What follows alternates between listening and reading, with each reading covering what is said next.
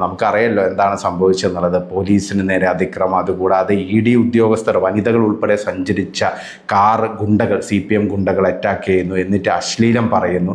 ശരിക്കും തെരുവ് യുദ്ധം. വീണ്ടും തലസ്ഥാന നഗരിയിൽ ജനങ്ങൾക്ക് മര്യാദക്ക് പുറത്തു പോകാൻ പറ്റാത്തൊരു സാഹചര്യമാണ് ഉരുത്തിരിഞ്ഞിരിക്കുന്നത്. അപ്പം ഇതാണ് സാഹചര്യം. ഒരു പൊളിറ്റിക്കൽ പാർട്ടി ഒരു കുടുംബത്തിന് വേണ്ടി ഇല്ലാതാകുന്ന ഒരു സാഹചര്യം, അതാണ് നടന്നുകൊണ്ടിരിക്കുന്നത്.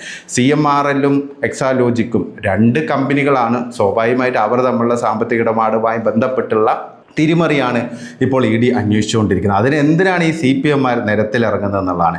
മുമ്പും ഇതേ രീതിയിൽ ED-യുടെ നടപടികൾ ഒരുപാട് മുൻ മുഖ്യമന്ത്രിമാരൊക്കെ നേരിട്ടിട്ടുണ്ട്. അവിടെ ഒന്നും ഈ പറയുന്ന അതാത് നേതാക്കളുടെ പാർട്ടിക്കാർ പ്രസ്താവനകൾ ഇറക്കുന്നു, വിമർശനം ഉന്നയിക്കുന്നു എന്നല്ലാതെ, അല്ലെങ്കിൽ അതിനെ അപലപിക്കുന്നു എന്നല്ലാതെ തെരുവിലിറങ്ങുന്ന ഒരു സാഹചര്യം ഉണ്ടായിട്ടില്ല. ഇത് ശരിക്കും കേരളത്തിലെ കമ്മ്യൂണിസ്റ്റ് പ്രസ്ഥാനങ്ങൾക്ക് മൊത്തത്തിൽ ഒരു നാണക്കേട് ഉണ്ടാക്കിയ ദിവസം തന്നെയാണ്. കാരണം ഒരു ഏകാധിപതിയായുള്ള ഒരു വ്യക്തിക്ക് വേണ്ടി ആ പാർട്ടി സ്വയം ഇല്ലാതാകുന്നു എന്ന് തന്നെ നമുക്ക് പറയേണ്ടി വരും.